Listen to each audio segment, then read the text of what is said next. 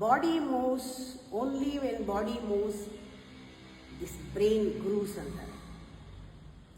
ಈ ಬ್ರೈನು ದೇಹನ ಮೈಂಡ್ನ ಎರಡೂ ಕಂಟ್ರೋಲ್ ಮಾಡ್ತಿರೋದ್ರಿಂದ ಬ್ರೈನಲ್ಲಿ ಚೆನ್ನಾಗಿ ಆಕ್ಸಿಜನ್ ಸಪ್ಲೈ ಆಗಬೇಕು.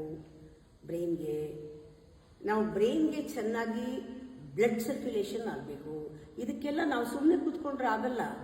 ಅದಕ್ಕೆ ನಾವು ಬಾಡಿನಲ್ಲಿ ಒಂದು ಸ್ವಲ್ಪ ಮೂವ್ಮೆಂಟ್ ಬೇಕು. ಬಾಡಿ ಮೂವ್ಸ್ ಅಂತ ಹೇಳ್ತೀವಿ, ಬ್ರೈನಲ್ಲಿ ಗ್ರೂವ್ಸ್ ಅಂತ ಹೇಳ್ತೀವಿ. ಬ್ರೈನ್ನಲ್ಲಿ to enhance the activity of the brain you have to walking ಮಾಡೋದು, ಜಾಗಿಂಗ್ ಮಾಡೋದು, ಏನಾದರೂ ಒಂದು ಮಾಡ್ತಾ ಆವಾಗ ಕೂತ್ಕೊಂಡೇ ಇರಬಾರ್ದು. ಅವಾಗ ಎದ್ದು ಓಡಾಡಬೇಕು, ಎಕ್ಸಸೈಸ್ ಮಾಡಬೇಕು, ಯೋಗ ಮಾಡಬೇಕು.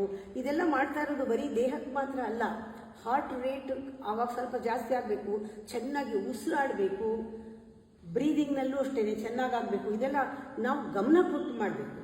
ಯೂಶಲಿ ನಮ್ಮ ಮನಸ್ಸು ಹೇಳುತ್ತೆ, ಅಯ್ಯೋ ಯಾಕೆ ಮಾಡ್ತೀಯ, ಆರಾಮಾಗಿರು. ಆರಾಮ ಅಂದ್ರೇನು, ಸುಖ ಅಂದ್ರೇನು, ಕೂತಿರು ಒಂದು ಕಡೆ, ಊಟ ಮಾಡು, ಮಲ್ಕೋ, ಇದು ಸುಖ ಅಂತ ನಮ್ಮ ಮನಸ್ಸು ಹೇಳ್ತಾ ಇರುತ್ತೆ.